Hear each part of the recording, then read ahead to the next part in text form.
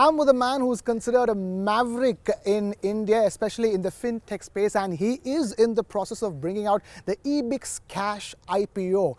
Mr. Robin Raina, thank you so much for speaking to the TV9 Network, and it's a very important day when we're having this conversation. The budget has just been presented by India's Finance Minister Nirmala Sitharaman.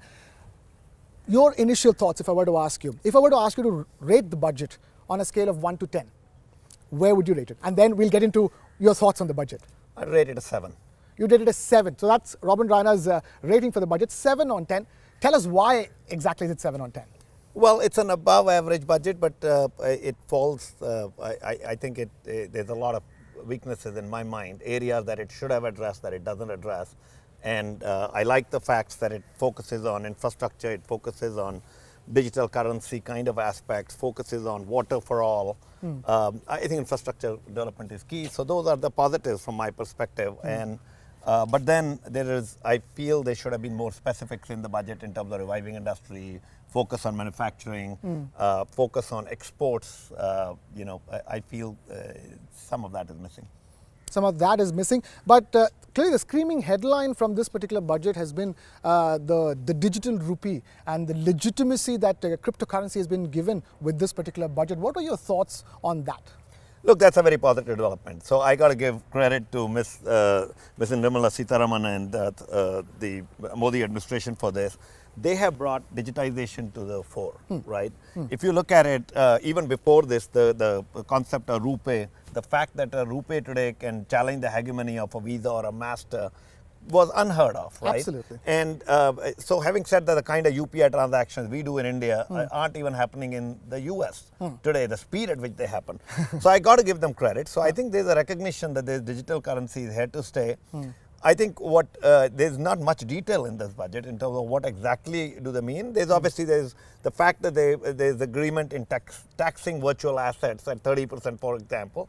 That's a positive development that they've recognized virtual currency exists.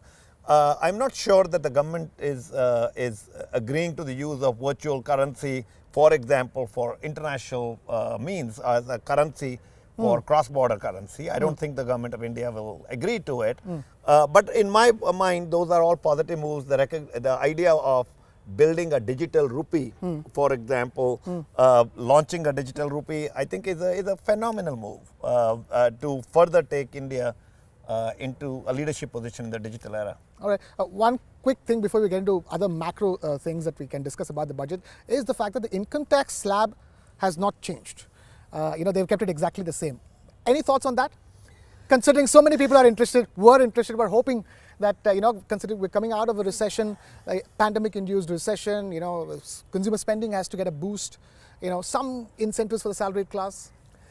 Look, I personally feel that government has already done enough, in my view, on the individual taxation front. I don't know whether continually providing further SOPs is going to help in terms of revival of economy. Correct. I do, however, feel that on the corporate side, there has to be a more recognition for export-oriented corporates. For example, if we want money to gravitate into India from China, one of the ways to do that is to recognize the fact that to say, if you're going to be in a manufacturing sector, we'll at least give you land at a subsidized rate in some place, but then more than that, giving them tax subsidies, saying as long as you're focused on export, we will give you some tax subsidies. In my mind, those kind of things should have happened. In this budget, I, for example, noticed the idea of that SEZ regime is going to now be revived a little bit. It's going to be changed. It's going to be replaced by a new legislation. I candidly don't know what that means. What does it mean? Is it a positive?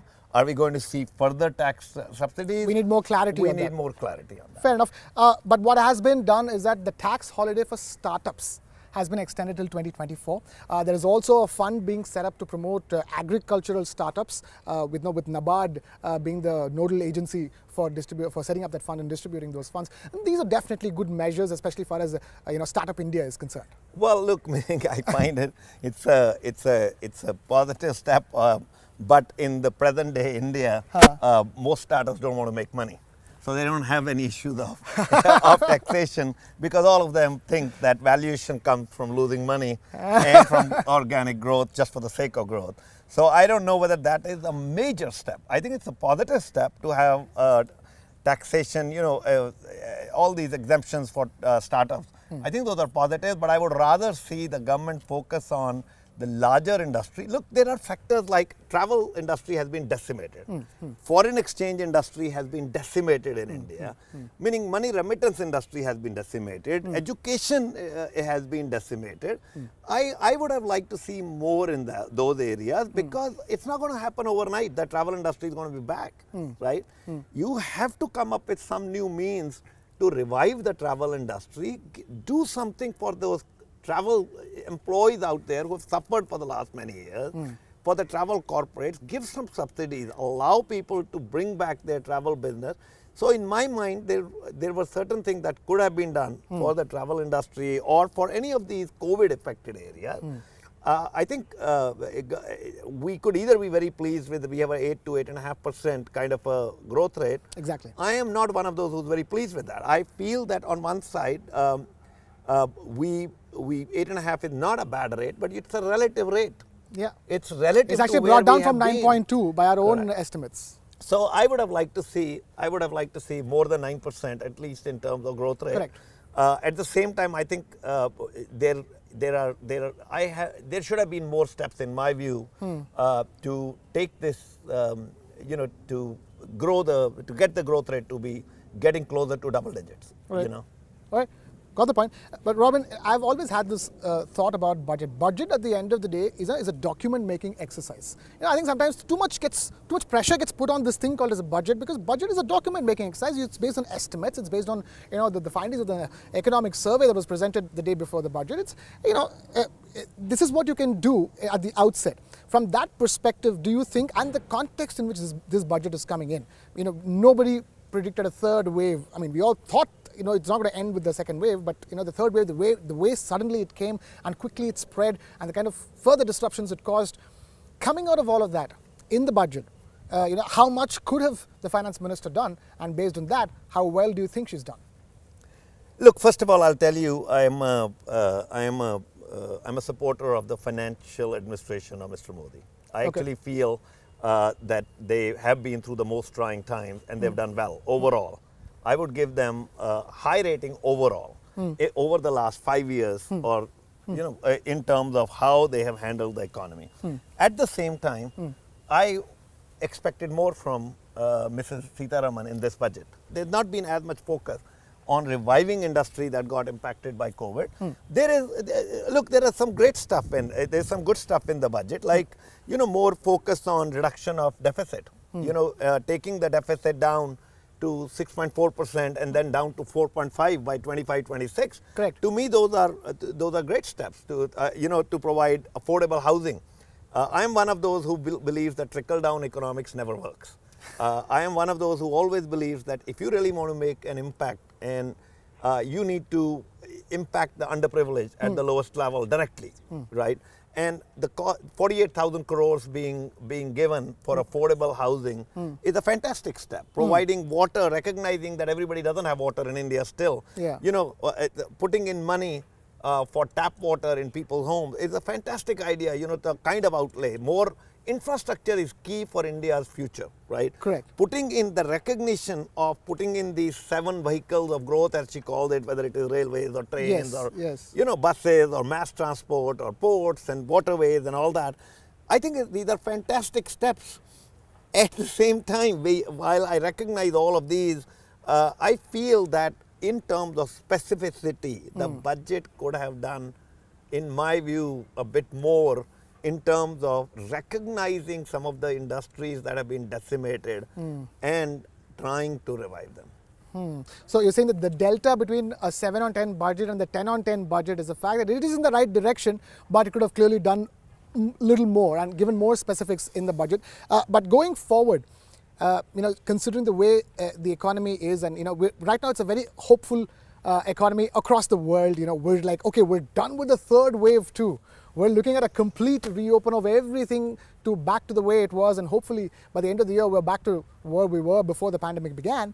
At this stage, what do you think India needs to do when it comes to economic policy making? Because handling the pandemic is one thing, and handling the impact of the pandemic on the economy is another thing. India has done fantastically well when it comes to dealing with the pandemic. How would you rate the way India dealt with the economic impact of the pandemic, and what do you think needs to be done at this stage? Look, your question is by itself gives you an answer in the sense that I think the government did a fantastic job of handling the pandemic. I give them very high marks on that.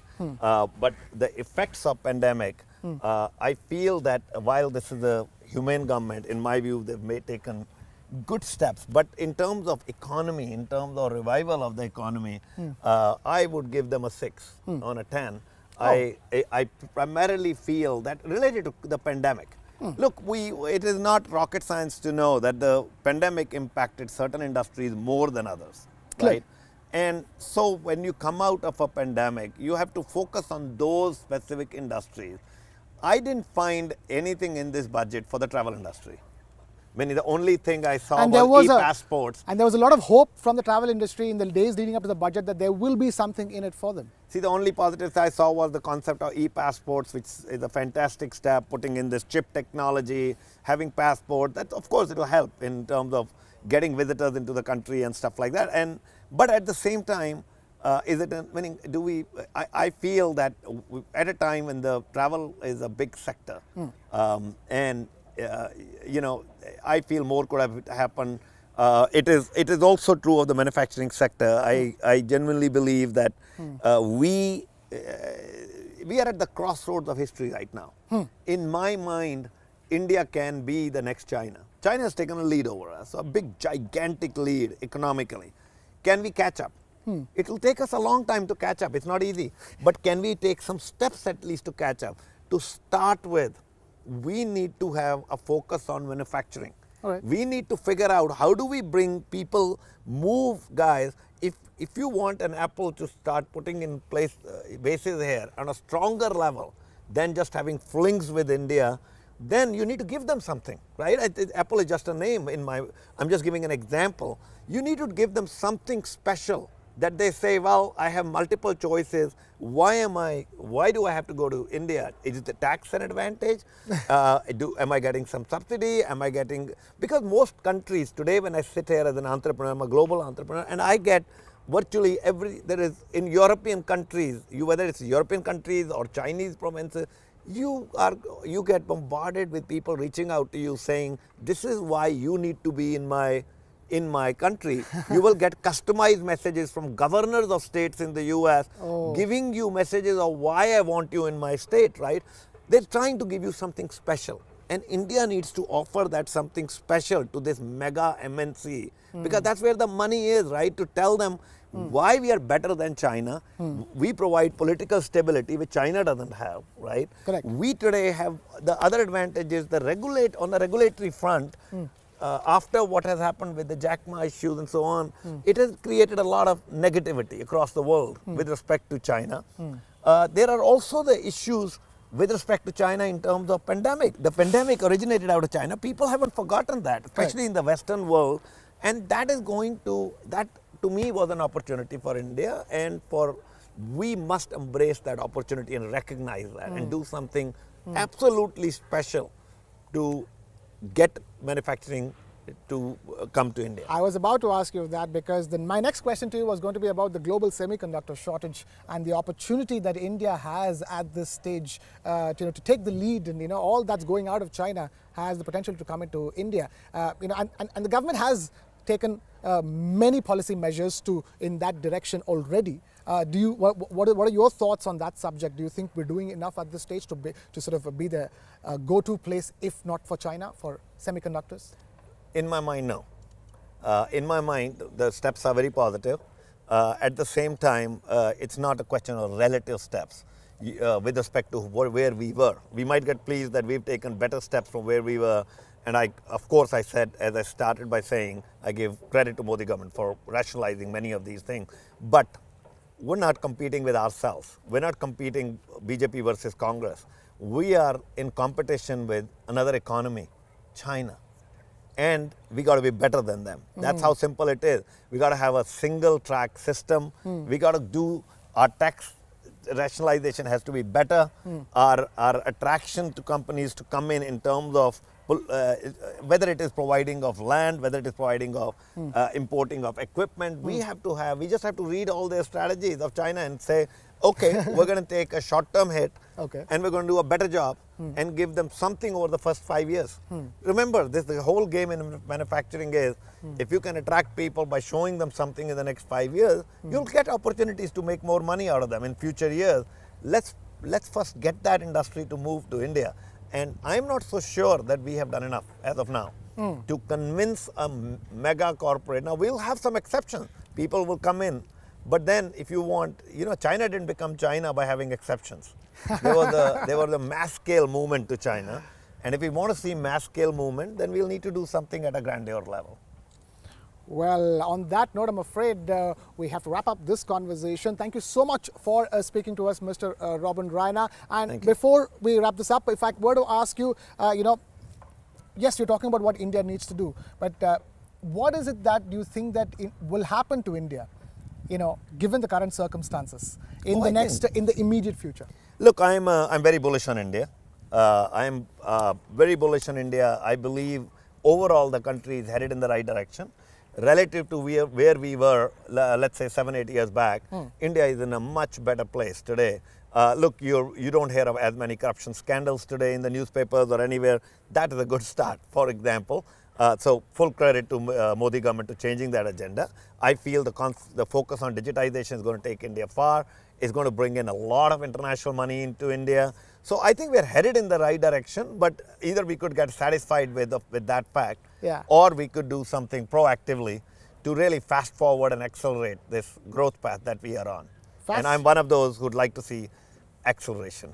Fast forward and accelerate is the word from Mr. Robin Raina. Thank you so much for speaking to us. Thank you. And thank you so much for speaking to TV9 Network. Wishing you all the very best in the upcoming new year. Thank you.